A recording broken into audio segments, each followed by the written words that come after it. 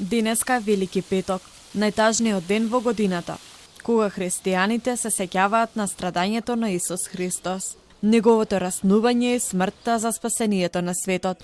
Секоја забава, песни и музика според црквата се строго забранети, но овој ден постот е строг. Не треба да се јаде и пие вода. Тоа важи за сите, освен за повозрасните луѓе. На Велики петок не се служи света литургија. Се вршат царските часови. Свештените лица ги повикуваат граѓаните да го посетат најблискиот храм.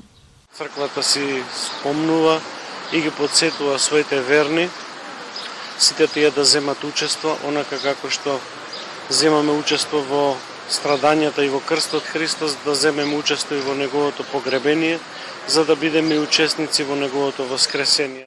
Соборниот храм изутринава беше преполн со верници кои се молеа и палеа свеќи за здравје. Како и за останатите празници, така и Велики петок е проследен со голем број обичаи кои се вкоренети кај народот. Денеска е голем ден за сите нас, што знаеме дека Господ Исус Христос умре за нас, за сите наши гревови. И сега само може да кажеме слава на Бога. За многу години нека е празникот. Денеска е тажен ден. Утре ќе биде малку повесело, не малку, него многу повесело, Христос ќе не воскресне. Па од утре вечер здравје Боже тие што постеле нека се однесат.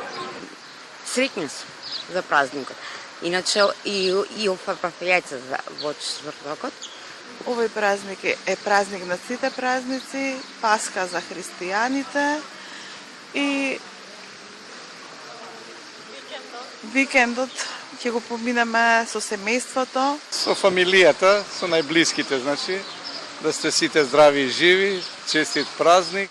Според традицијата на Велики петок, никој не треба да работи ниту дома, ниту на полињата.